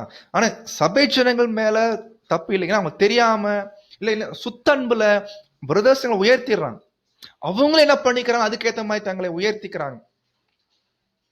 லெவல் போய் என்ன ஆயிடுதுன்னா இவங்க என்ன சொல்றாங்களோ சபையார் கேட்கும்படியாக ஒரு மனநிலையை சபைக்குள்ள உருவாக்கி வச்சிடறாங்க. புதர் நான் சொல்றது மட்டும் கேளுங்க புதர், யார் சொல்றது கேட்காதீங்க அப்படின்ற லெவலுக்கு அந்த மூப்பர்கள் தங்களுடைய நிலைய சபை கிட்ட உருவாக்கி வச்சிடறாங்க. தங்களை பற்றின ஒரு எண்ணத்தை சபையார் மத்தியில வச்சிடறாங்களாம். அப்பதான் சொல்றாரு இந்த மாதிரி நடக்குது. சொல்றாரு என்னன்னா, are not only doing the brother. இப்படி சபையார் சுத்த அன்புல அவர் அன்புல பாக்குறாங்க, சுத்த அன்புல தான் மூத்த பிரதர்னு பாக்குறாங்க. ஆனா இப்படி பாக்குறதுனால அவர் என்ன பண்ணிடுறாருன்னா இப்படி ஒரு மனநிலைய சபை கிட்ட ஏற்படுத்துறாரு இல்லைங்களா? அதனால சபையார் ஒரு தப்பு பண்றாங்க. என்ன தப்பு பண்றாங்கன்னா அந்த பிரதருக்கும் தீங்கு விளைவிச்சு, are not only doing the brother and injury, அந்த பிரதருக்கு மாத்திரம் தீங்கு விளைவிக்கிறது அல்லாமல் அவரை தப்பு பண்றதுக்கும் சபையாரே என்ன பண்றதுங்க என்கரேஜ் பண்றாங்களாம். ஒரு முறை நான் ஒரு எக்லீஷியால கேட்டேன். அதாவது என்ன கேட்டோம்னா, பிரதர் உங்க ஊருக்கு நம்ம ஊர்ல இருந்து ஷிஃப்ட் ஆயிட்டு உங்க ஊருக்கு வந்திருக்கிறாங்க. உங்க எக்லீஷியால பிரதர்ஸுங்க வந்து ஐக்கியம் வச்சுக்க விரும்புறாங்க நீங்க இருக்கக்கூடிய இடத்துல. அது நீங்க சபையார் கிட்ட கொஞ்சம் கேட்டு சொல்லுங்க பிரதர்.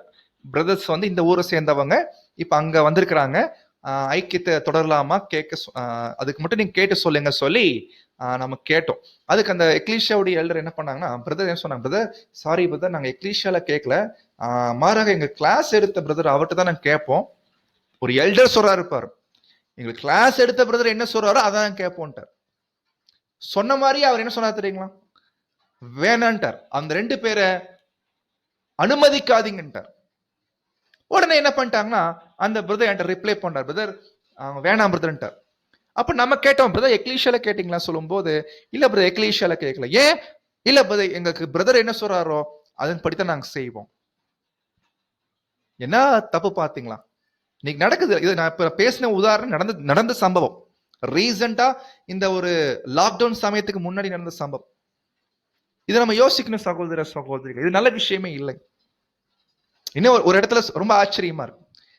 ஏதாவது ஒண்ணு கேட்டோம்னா, பிரதர் மேலிடம் சொல்லட்டும் பிரதர், மேலிடத்திலிருந்து உத்தரவு வந்தா நம்ம பாத்துக்கிறோம் பிரதர். பாருங்க எப்படிலாம் பேச்சு பாரு.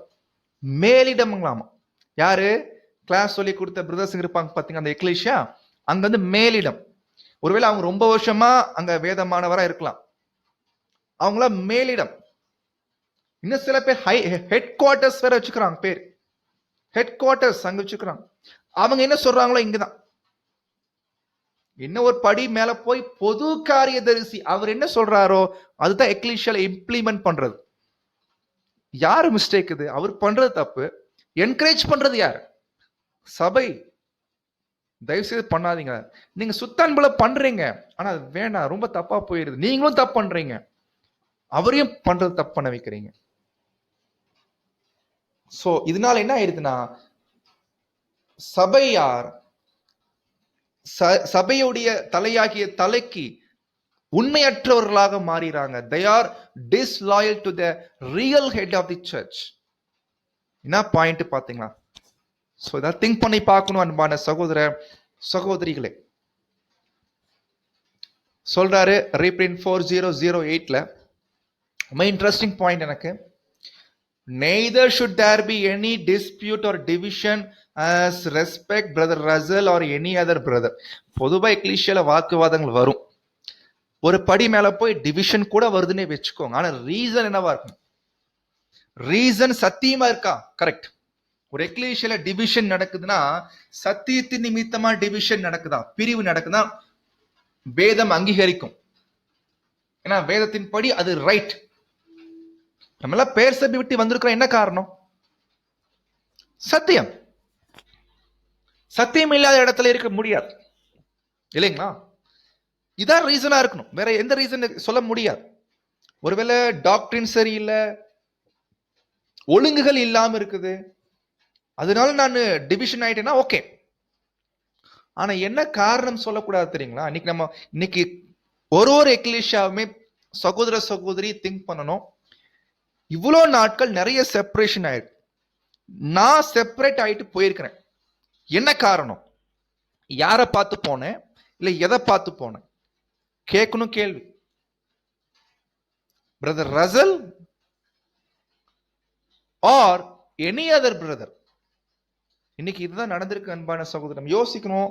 கடந்த நாட்கள்ல நடந்த செப்பரேஷன்லாம் யோசிச்சு பார்க்கணும் வேதமானவர்களுக்குள்ள. இன்னைக்கு நிறைய செப்பரேஷன் நடந்துட்டு இருக்குது இல்லைங்களா? இன்னமும் போயிட்டு இருக்கு.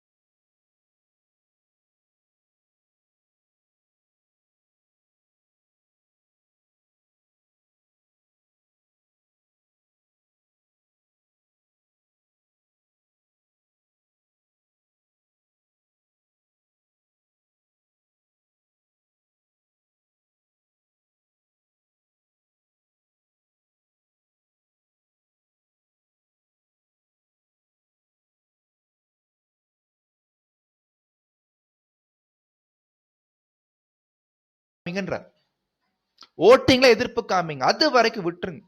ஆனா என்ன தெரியுங்களா, நடுவுல நிறைய மிஸ்டேக் நடக்கும். சொல்றாரு பாருங்க, classes should seek to avoid.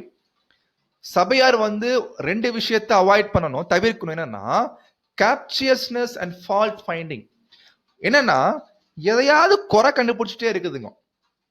ஏதாவது ஒரு குறை மூப்பர் ஏதாவது பண்ணிட்டாருன்னா ஏதாவது ஒரு குறை, நீங்க எப்படி பண்ணலாம், நீங்க எப்படி இது போடலாம், எப்படி நீங்க செய்யலாம், எப்படி நீங்க பேசலாம்.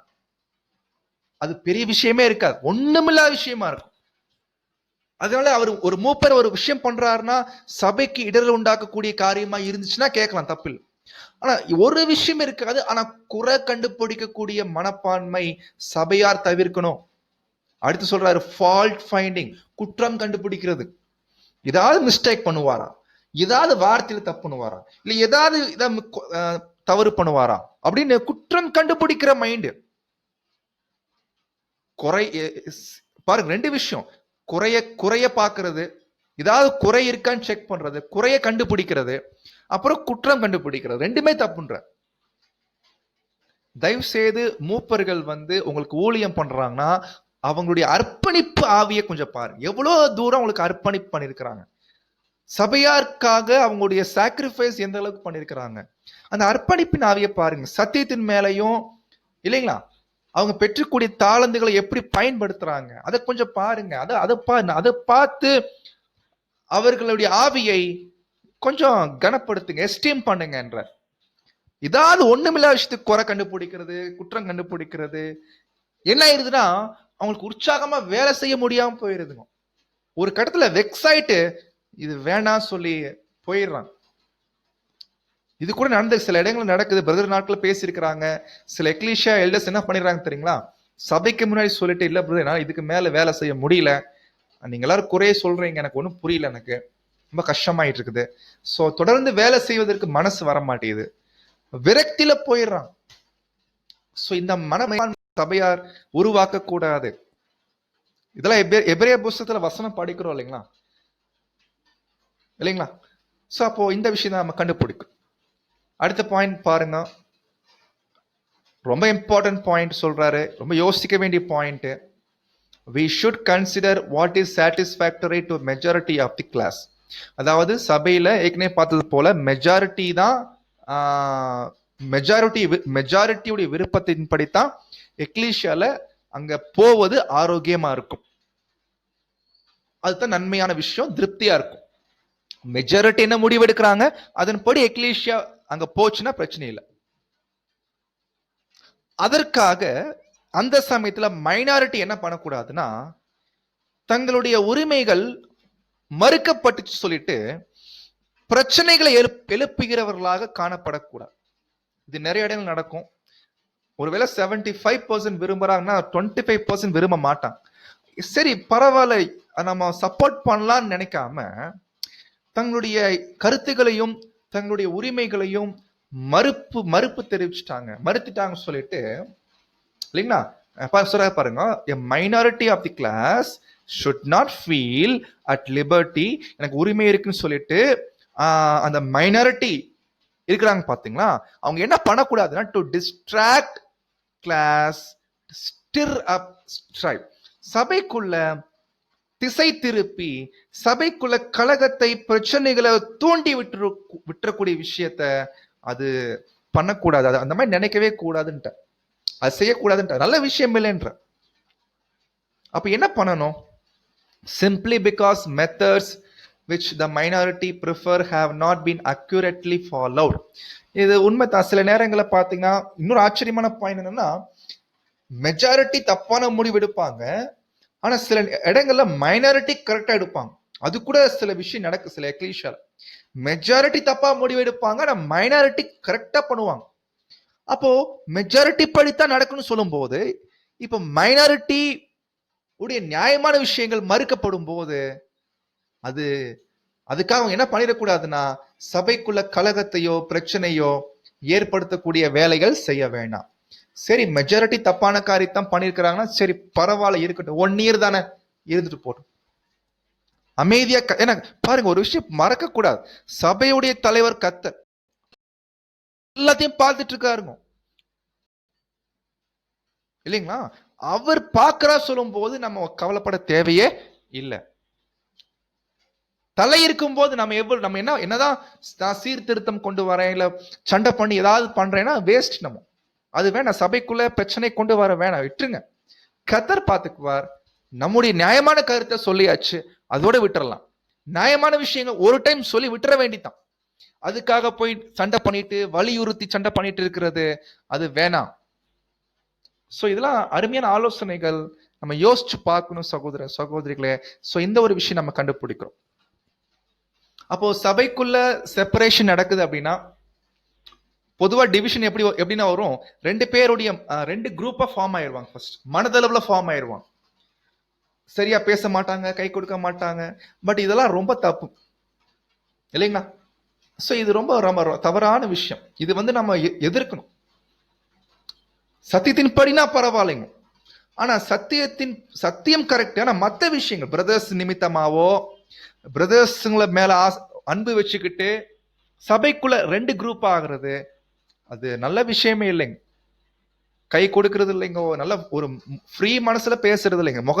பாருங்க, இந்த லாக்டவுன் சமயத்துல எத்தனை பேர் நம்ம எக்லீஷியல மெம்பர்ஸ் இருக்கிறாங்க பாத்தீங்கன்னா, 40 பேர்னா இந்த 40 பேருக்கு நான் அட்லீஸ்ட் ஒரு முறையா கால் பண்ணி நலம் விசாரிச்சிருப்பேன். நம்ம யோசிச்சு பார்க்கணும்.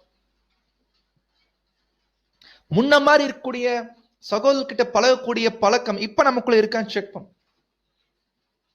ஆனா போயிருதுன்ற. அப்ப என்ன ஆயிடுது பாத்தீங்கன்னா, அதான் தேவனுடைய பிள்ளைகள் அதான் சொல்றாரு பாருங்க, இந்த ஆவியின் ஒற்றுமையை சமாதான கட்டினால் காத்துக்கொள்ள வேண்டியது ரொம்ப அவசியமா இருக்குது. மெயின்டைன் பண்ணுங்களாமா. சோ தயவு செய்து இந்த மாதிரி விஷயங்களுக்காக செப்பரேஷன் மைண்ட் வரக்கூடாது ஃபர்ஸ்ட். ஆனா சில எக்லீஷியால வருது சகோதர சகோதரிகளே. காரணம் என்னன்னா, எலெக்ஷன் என்ற ஒழுங்குமுறைய சும்மா ஃபார்மாலிட்டிக் பண்றதுனால தான், சரிவர பண்ணாம இருக்கிறதுனால தான்.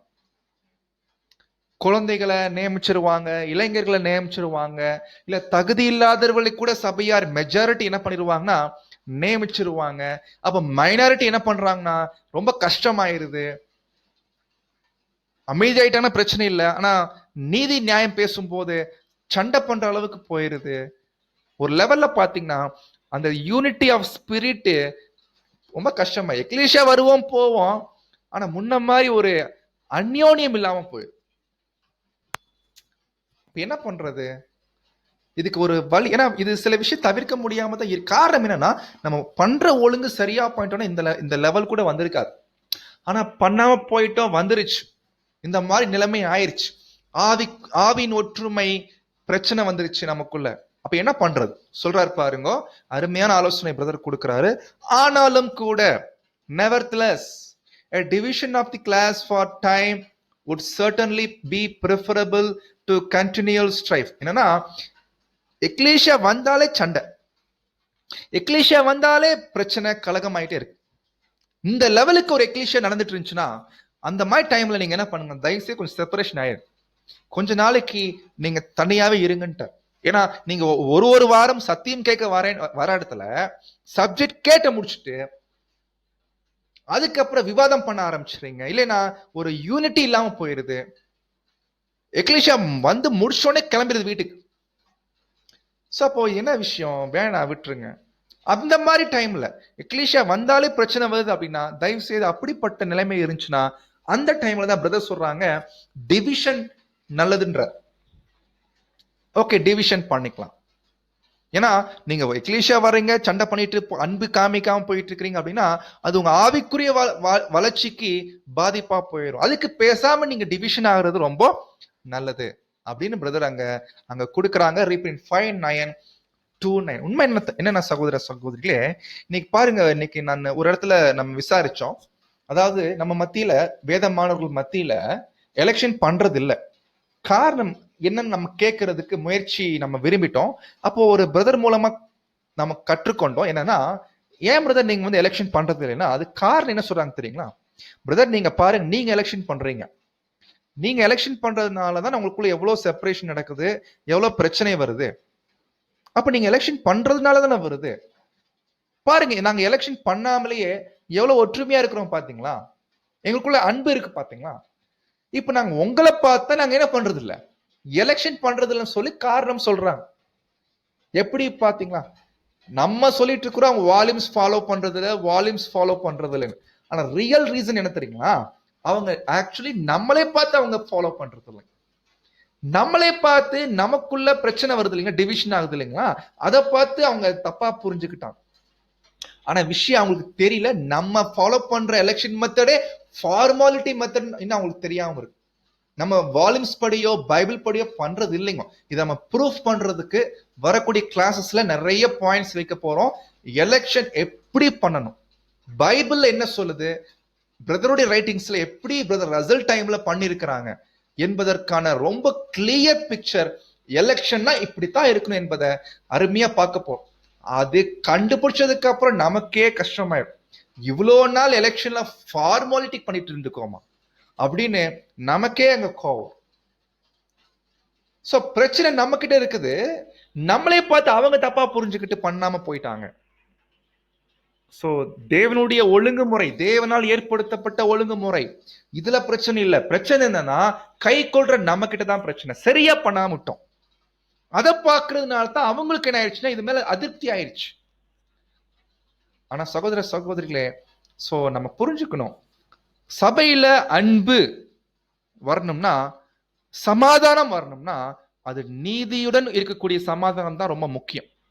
சமாதானம் என்பது நீதியின் சமாதானமா இருக்கணும், நீதியினால வரக்கூடிய சமாதானமா இருக்கணும் ஒழிய வெறும் அன்பு மட்டும் இருக்கக்கூடாது. நீதியுடன் கூடிய அன்பு அங்க இருக்கணும். ரொம்ப இம்பார்ட்டன்ட் பாயிண்ட். அப்ப நீதி சொல்லும் போது அங்க ஒழுங்கு வருது இல்லைங்களா? சோ ஒழுங்கு இருந்துகிட்டு அன்பு காமிக்கிறது தான் நல்ல ஒரு டெவலப்மெண்ட். சகோதர சகோதரிகளே நம்ம கண்டுபிடிக்கிறோம். ஸோ இந்த பாயிண்ட் தான் நம்ம கண்டுபிடிக்கிறோம். ஸோ எனவே இந்த மாதிரி எக்லீஷியாக்குள்ள பிரச்சனை வருதுன்னா ஒரு நார்மலான சூழ்நிலை வர வரைக்கும் செப்பரேட் ஆயிருங்க, நல்ல விஷயம் தான். அதுக்கப்புறம் சரியா ஒழுங்குமுறையில கரெக்டா ஃபாலோ பண்ணோம்னா ஆவிக்குரிய வளர்ச்சிக்கு பிரச்சனை. நிறைய இடங்களில் ஆவிக்குரிய வளர்ச்சிக்கு பிரச்சனை ஆகிற மாதிரி தான் இன்னைக்கு கூடுகைகள் போயிட்டு. காரணம் ஒழுங்குமுறைய சரியா ஃபாலோ பண்ணாம இருக்கிறதுனால. அப்பதான் பிரதர் சொல்றாங்க, brother Russell has no wish to give commands or to be dictator in any sense of word. He merely endeavors to give his opinion in such matter about which the Bible does not speak. அதாவது இப்ப நம்ம பார்த்த 2 class பார்த்தோம் இல்லைங்களா, இது எல்லாம் பிரதருடைய writings தான் பார்த்தோம். ஆனா இது எல்லாம் பிரதர் என்ன பண்ணிக்கிறாங்கன்னா ஒரு மூத்த பிரதர், சத்திய மூத்த பிரதர், இன்னும் சொல்லணும்னா இன்னைக்கு நம்ம மத்தியில் இருக்கக்கூடிய மூத்த பிரதர்ஸ்ங்களா சப்ஜெக்ட் பேசுறாங்க, ஆலோசனை கொடுக்குறாங்க. எல்லாம் எங்க இருந்து கொடுக்குறாங்கன்னா பிரதர் ரசல் பிரதருடைய ரைட்டிங்ஸ் கொடுக்குறாங்க. அப்போ நம்ம பிரதர்ஸ் மத்தியில் இருக்கக்கூடிய அவங்களை விட பிரதர் ரசல் பிரதர் பார்த்தீங்கன்னா சத்தியத்தின் வளர்ச்சியிலும் சரி ஆவிக்குரிய வளர்ச்சியிலும் சரி அவர் நல்ல ஒரு மூத்த சகோதரர்.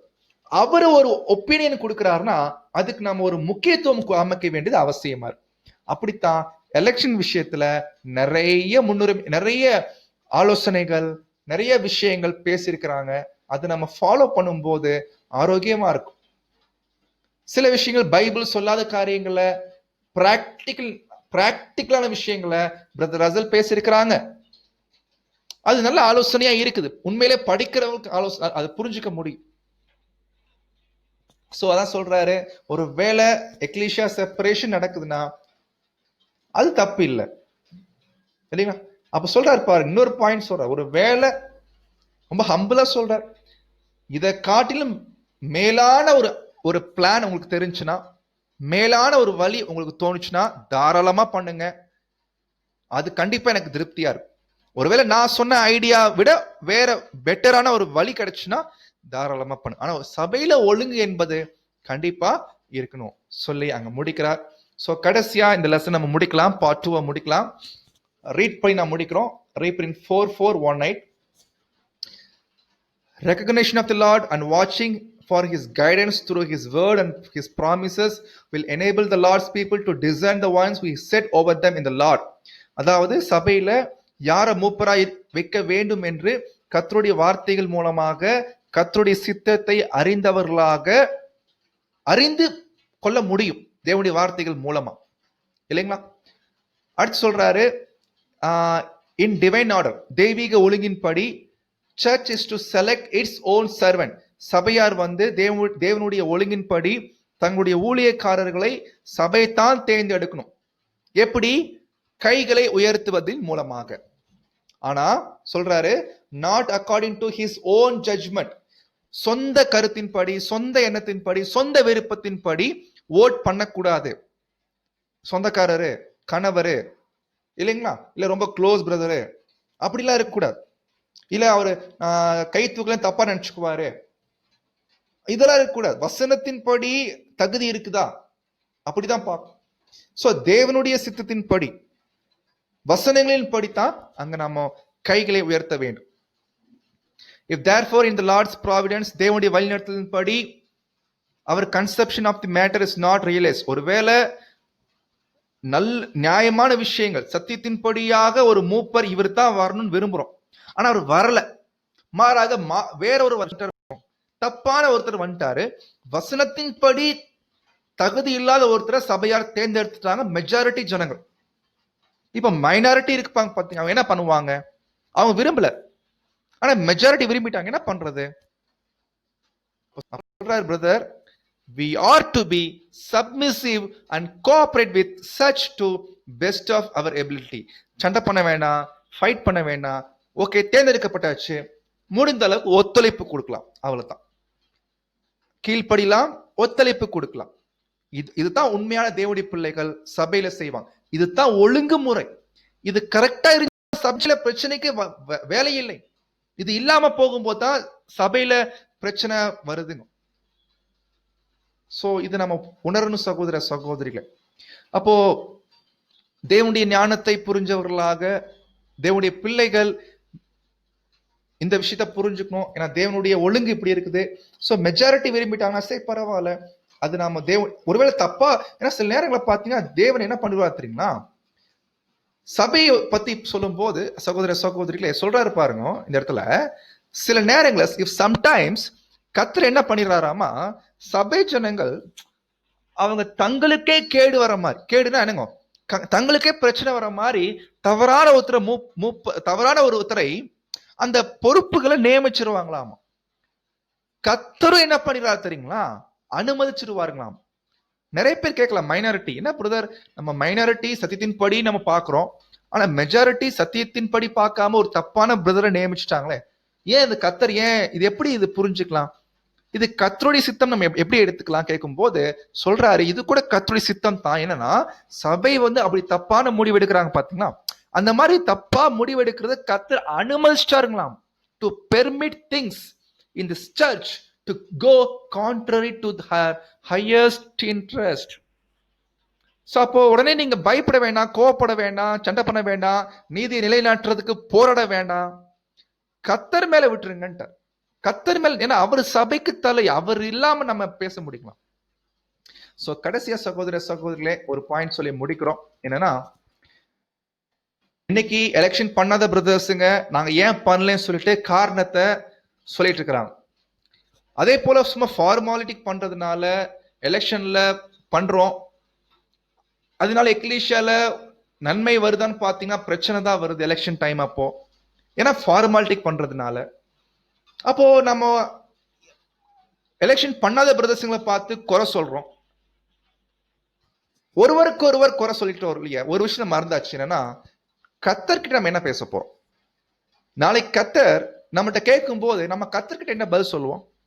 ஒருவேளை எலெக்ஷன் நான் பண்றது இல்ல, கர்த்தர் கேட்பாரு ஏன்பா நீங்க பண்ணல.